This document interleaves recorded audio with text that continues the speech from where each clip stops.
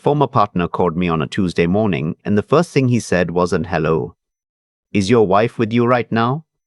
I was standing at the kitchen sink, rinsing my coffee mug. My wife was 12 feet away, seated at the breakfast table, reading something on her tablet. The morning light came through the window above the sink and fell across the back of her hand, the way it always did that time of year. I'd watched that same light move across that same hand for 31 years. She's right here, I said. Why? There was a pause, not long, maybe 3 seconds, but I'd spent 40 years in pathology, and I know what silence sounds like when it's carrying weight. That's not possible, he said quietly, because I'm looking at her right now, at the Marriott on Michigan Avenue. She just walked into the lobby with a man I don't recognize, and they checked in together. I didn't move, didn't turn around. My hand stayed on the rim of the mug. Give me a minute, I said, and set the phone face down on the counter. My wife looked up from her tablet. Who is it? Old colleague, I said, wanted to ask about a case. She nodded and looked back down. She was wearing the blue cardigan she'd had for years, the one with the loose button on the second eyelet she'd been meaning to replace. Her reading glasses were pushed up on her head. She had a half-eaten piece of toast on a plate beside her. I picked up the phone and walked to the back hallway. You're certain? I said. I'm standing by the elevator bank, he said. I was here for a conference. I saw her. I wasn't going to call, but I've had dinner with you two. I know her face. My former partner had worked with me for 11 years before he retired and moved to Chicago. He was not a man prone to mistakes. What was she wearing? I asked. Grey coat, the long one, burgundy scarf. I thought about the coat rack by our front door. I thought about what was hanging on it. Stay where you are, I said. Don't approach them. I ended the call and walked back to the kitchen. My wife was still at the table, toast, tablet, blue cardigan, reading glasses pushed up. Everything okay? She asked without looking up. Fine, I said. He's having trouble with the retirement filing. You know how it is. She made a small sound of sympathy and turned a page. I sat down across from her with my coffee and looked at her the way I look at evidence, not emotionally, clinically. After 4 decades of forensic pathology, I know how to look at something without letting what I feel about it interfere with what I see. Her hair was pulled back the way she always wore it at home.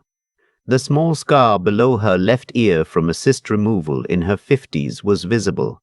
Her wedding ring was on. She reached for her toast and I watched her hand. The faint age spots above the second knuckle, the slight asymmetry in her ring finger from an old break she'd never set properly. I knew this woman's hands the way I knew my own.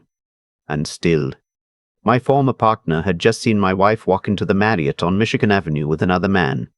I excused myself to my study, closed the door, and sat down at my desk. I'm 63 years old. I spent 4 decades reconstructing what happened to people after it was already over. I read bodies the way other men read contracts. I am not someone who frightens easily, and I am not someone who leaps before he looks. So I looked. I opened the security app on my phone. We'd installed a camera system 2 years earlier, after a neighbor's house was broken into. Front door, back door, driveway, garage.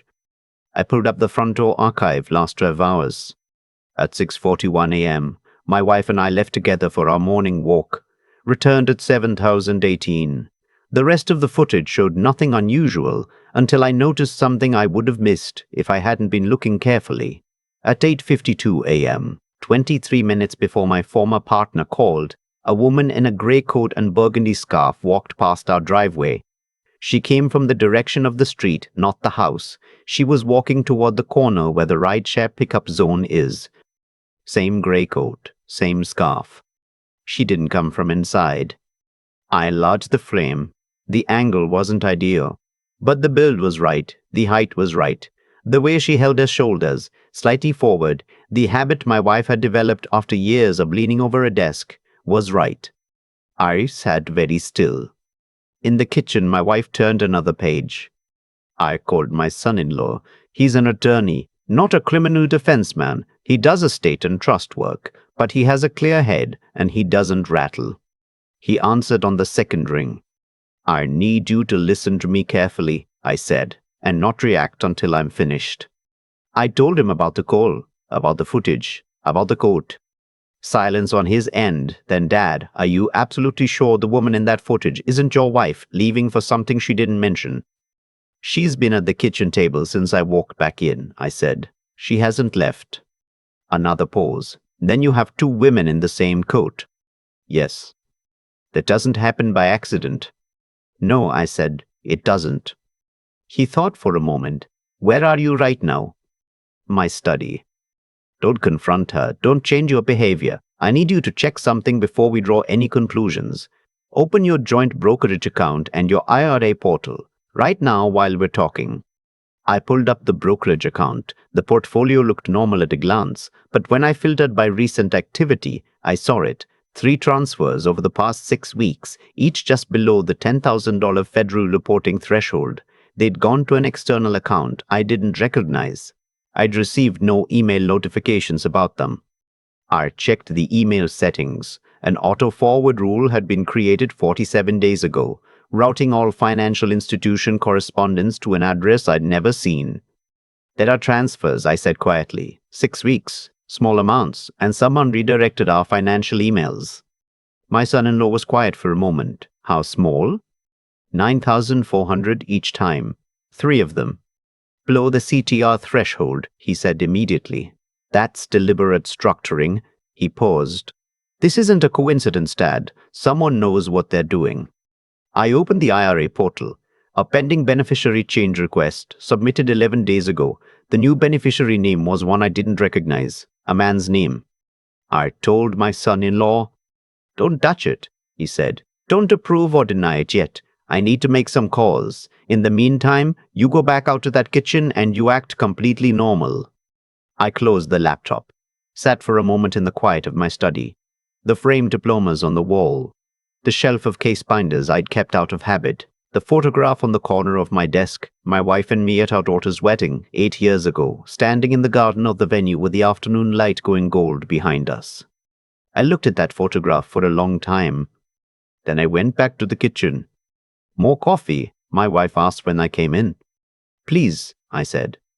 She poured it without being asked, the way she'd done for 31 years, and set it in front of me, and the gesture was so familiar and so ordinary that for a moment I felt the ground tilt. I sat down. She sat across from me. We read in silence for 20 minutes, the way we did most mornings. I watched her without watching her, the way she pushed her glasses up, the way she turned pages with her thumb, the way she murmured softly under her breath when she read something that surprised or amused her. If this was a performance, it was built from decades of observation. And if it wasn't a performance, if this was genuinely my wife, then who was the woman in the grey coat? My former partner texted at 10:17. They had breakfast in the hotel restaurant. He paid. Heard her laugh. I know her laugh too. I'm sorry. Still here if you need me. I typed back, do not approach. Can you get a photo of him? 3 minutes later, an image arrived. A man at a restaurant table. Late 50s, well-dressed, silver at his temples. The easy posture someone accustomed to being comfortable in rooms. He had his hand resting near my wife's wrist. Not on it, but near it, with a casual proprietary air of someone who had done that before. I forwarded the photo to my son-in-law with a single line, "Who is this?" His reply came back within the hour, "Running it now. Stay calm." I was calm. That was the thing people who haven't worked forensic medicine don't understand. Calm isn't the absence of feeling. It's the discipline of not letting feeling interfere with function. I had stood in rooms with grieving families and delivered findings that broke their worlds open. I had testified in cases where everything I said would determine whether someone went free or went to prison. I had learned over 40 years to separate the man from the method. I applied the method now. My wife went upstairs around noon to take what she called her quiet hour, a habit she developed after her mother died, a small daily retreat that had become part of our routine. I waited until I heard her bedroom door close. Then I moved. I went to her coat rack first. The grey coat was there. The burgundy scarf was folded on the shelf above it. I checked both carefully. The coat was dry. The scarf held no outside scent, no hotel lobby, no morning air. This coat had not been worn today, which meant the woman my former partner saw was wearing a different coat, an identical one. I went to my wife's desk in this small room off the hallway she used for her personal correspondence and volunteer work. I wasn't searching aggressively. I was reading. There's a difference. I opened the top drawer. Beneath a pad of notepaper and a box of thank you cards, I found a folded receipt, a Nordstrom purchase from 9 weeks ago. One grey wool coat, one burgundy cashmere scarf. The same items, purchased twice. I photographed the receipt and sent it to my son-in-law without comment. His reply was almost immediate: call me. I stepped outside onto the back porch and called him. The man in the photo, he said. I found him through a contact at the county clerk's office. His name is in 3 LLCs registered in Delaware in the past 18 months. All of them have the same structure: a managing member with no employment history, and a passive investor listed as a spouse or domestic partner. Whose spouse? I asked. Different women each time, he said. 2 of those LLCs were dissolved within a year of formation. Both times the dissolution coincided with a divorce filing. Both times the wife's assets in the settlement were significantly lower than what they should have been based on public records. I looked out at the backyard. The oak tree my wife and I had planted the year our daughter was born was full now, 40 feet tall, throwing a long shadow across the lawn. He targets marriages, I said. He targets assets in marriages, my son-in-law said. There's a difference. He positions himself as a wealth transition advisor. He identifies women who are, his word, apparently, based on one of the dissolution filings I found, undervalued. He convinces them that restructuring assets quietly before a divorce is strategic, not theft, positioning. And the woman, I said, the one with him. That I don't know yet. But Dad, whoever is in that hotel with him, she has been in your house. She knows your wife's mannerisms, her wardrobe, her schedule. Someone has been watching your life closely enough to replicate it. I stood on the porch for a long moment, listening to the neighborhood. A lawnmower somewhere 2 streets over, a screen door, the ordinary percussion of a Tuesday morning in a quiet suburb. What do I do? I asked. Tonight, he said, I need you to set a test, something physiological, something no amount of study can prepare for. My wife has a documented intolerance to red wine, not an allergy exactly, but a reliable and immediate reaction. Flushing, headache, a warmth that comes up fast and colors the back of her neck. She'd had it since her 40s. She avoided red wine entirely. Every restaurant we'd ever been to together, she ordered white without looking at the menu and explained to the server why. That evening, I opened a bottle of Cabernet.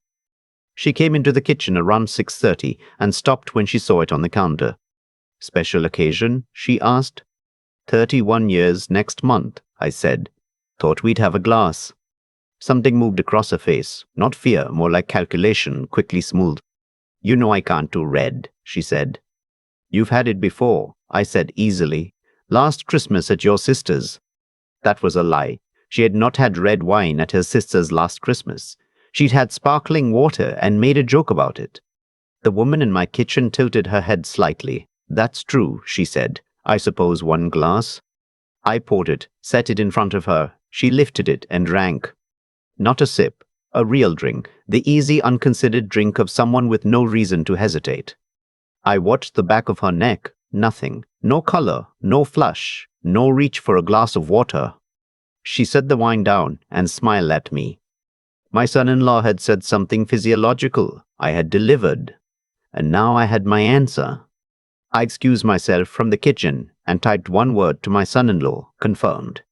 His reply, I'll be there by 9. My attorney colleague is coming with me. Keep her in the house.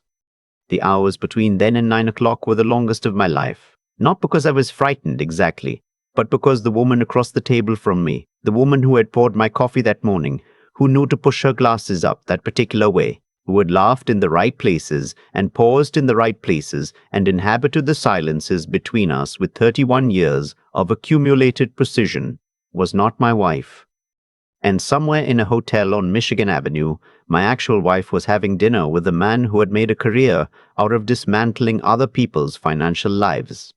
We ate dinner, we watched the news. She sat close to me on the couch and rested her head on my shoulder, the way my wife did, in the exact spot, the exact pressure. And I sat perfectly still and thought about the oak tree in the backyard, and the photograph on my desk, and the 40 years I had spent learning how to keep my hands steady when everything around them was not. At 9004, headlights swept across the front window. At 9006, the doorbell rang. The woman who was not my wife stood when I went to the door. Something in her posture changed. The ease went out of it. My son-in-law came in first. His colleague, a woman in a dark coat who I'd never met, followed.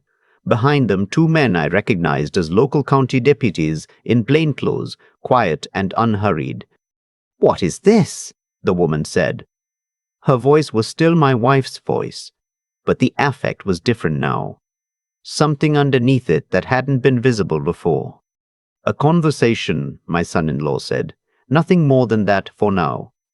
She looked at me, and for the first time all day the performance cracked, not dramatically, not in tears or shouting, just in a slight softening around the eyes, a kind of resignation I recognized. I'd seen it in rooms where people had finally run out of room. "You tested me," she said. "I did." "The wine." "The wine," I confirmed. She sat back down. The deputy stayed near the door. My son-in-law's colleague opened the briefcase and set a folder on the coffee table. Financial documentation, the transfer records, the email forwarding rule, the beneficiary change request. "I was hired," the woman said finally. "I want you to understand that." "I do understand that," I said. "I didn't know it would go this far." She looked at her hands. "He told me it was maintenance. Keep the routine. 2 weeks maximum. By the time you noticed anything, the paperwork would be done, and she'd be on her way to having a fresh start." "He told you that?" I said. "He's persuasive." "He always is," the attorney said quietly. "My former partner texted at 9:31. She just got a call, went pale. He's packing a bag. They're leaving." I forwarded that to my son-in-law. He stepped away and made a call. The next part happened without drama, which is how these things actually happen when they happen correctly. The county deputies made a call of their own. A unit near the Marriott was notified. My son-in-law had spent the afternoon working with a contact at the Illinois Attorney General's Financial Crimes Division, the same division that had been quietly building a pattern on this man for 14 months without enough to move on. My wife came in the front door at 11:15 p.m. She had clearly been crying recently. Her eyes were red. She stopped in the doorway and looked at the woman on my couch, the woman who had been sleeping in my house for 11 days, and something passed between them that I won't pretend I fully understood. Not recognition exactly. Something more complicated. "I didn't think he'd do this part," my wife said, to the woman. Not to me. The woman on the couch didn't answer. My wife looked at me then, and I had spent 40 years reading faces, and I read hers. The guilt was there, real and total, but underneath it was something I hadn't expected, relief, as if the thing that had been coiling inside her for months had finally, at cost, come loose. "How long?" I asked. "He approached me 14 months ago," she said, "at the foundation gala. He told me he specialized in financial protection for women in long marriages." She looked at her hands. "He said that women with professional husbands, physicians, academics, often had no assets in their own name, that in the event of a divorce, they'd be left with far less than they'd contributed." "Were you planning to divorce me?" I asked. She didn't answer immediately, and in that pause I got something more honest than any answer would have been. "I was unhappy," she said finally. "I didn't know how to tell you." He made it sound like protecting myself wasn't the same as leaving, like I could secure something for myself without it meaning anything final. "It meant something," I said. "I know that now." The attorney asked my wife to sit down. The deputies remained present. The woman on the couch, the woman who had drunk red wine without flinching, who had read at my breakfast table and watched my programs on my couch, asked quietly if she could give her statement and go. She could. She did. My wife sat across from me in our living room, in the house we'd shared for 27 years, while my son-in-law and his colleague worked through the necessary documentation. The financial alerts my son-in-law had arranged had blocked the final transfers. The beneficiary change request had never cleared. The email forwarding was disabled. The damage was real but limited. The man from the hotel was arrested at O'Hare at 12:40 a.m., attempting to board a flight to Phoenix. He had a carry-on bag with documentation in 4 different names. The Illinois AG's office had been ready for a very long time. My former partner's phone call had been the final piece of a case they hadn't been able to close. My wife moved to our daughter's house the following morning, not ordered to, asked to, by me. We both understood it was necessary. For 3 months, we spoke only through my son-in-law's office and through short, careful conversations about logistics. Our financial accounts were audited fully and restored. The IRA beneficiary reverted. We filed a joint civil complaint which the AG's office incorporated into the criminal case. In January, we began seeing a marriage counselor, not because I'd decided what I wanted, but because 40 years in my field had taught me that the instinct to declare is less useful than the instinct to examine. What I learned over those months, in that office, across from my wife and a woman who asked good questions and never pushed, was this: the man had not created my wife's unhappiness. He had located it. He was, as the attorney called him in the eventual indictment, an opportunistic predator, someone who moved through the margins of troubled marriages the way a pathogen moves through a compromised system. He didn't make her want to leave. He found the door that was already slightly open. That was the harder thing to sit with. Not the fraud, not the woman on my couch for 11 days, not the transfers or the forged paperwork or the duplicate code. The harder thing was understanding that my wife had been standing at that slightly open door for some time and I had never noticed. I'd spent 40 years reading the evidence of other people's inner lives after the fact. I had not been reading the woman across from me at breakfast every morning. My former partner flew out in March and we had dinner, the 3 of us, for the first time since any of this happened. He was quieter than usual. He'd carried the weight of that phone call with him, the way decent people carry the weight of things they're asked to see. "I almost didn't call," he said. "I know," I said. "I'm glad you did." My wife looked at her water glass, then she looked at him. "So am I," she said quietly. He nodded. "We finished our meal. We talked about other things. That's what you do eventually." The counselor asked me once, toward the end of our work together, whether I felt I had handled it correctly. I told her I had handled it precisely. That precision and correctness weren't always the same thing, but in this case they happened to align. She asked what I meant. I said I didn't accuse before I knew. I didn't confront before I was certain. I didn't let anger make the decisions. I followed the evidence. She said, "Is that enough, do you think, to follow the evidence?" I thought about that for a long time before I answered. I said, "No. The evidence tells you what happened. It doesn't tell you what to do next. That part you have to decide as a person, not a practitioner." She wrote something in her notebook and looked up. "My wife and I are still married. I don't say that as a triumphant conclusion. I say it as a fact because it is one, and because what I've learned in this profession and in this life is that facts deserve to be stated plainly, without performance. We're still married because we chose to be, with full information, after everything was examined. Not because of inertia, not because of appearances, because we looked at what was actually there and decided it was worth the work. Some mornings I stand at the kitchen sink and watch the light come through the window, and I watch my wife at the breakfast table, and I think about the forensic principle I've tried to teach every student I've ever trained. The most important thing you can do at a scene is be present enough to notice what's actually there, not what you expect to find, not what you hope to find, but what is. I let that principle lapse in my own home for years. I know that now. I don't intend to let it lapse again. I keep coming back to something my former partner said at dinner, months after all of it was over. He said he almost didn't call. He saw her walk through that lobby and he stood there for a full minute, talking himself out of it, telling himself it was a coincidence, that he'd be wrong, that it wasn't his place. I think about that minute a lot.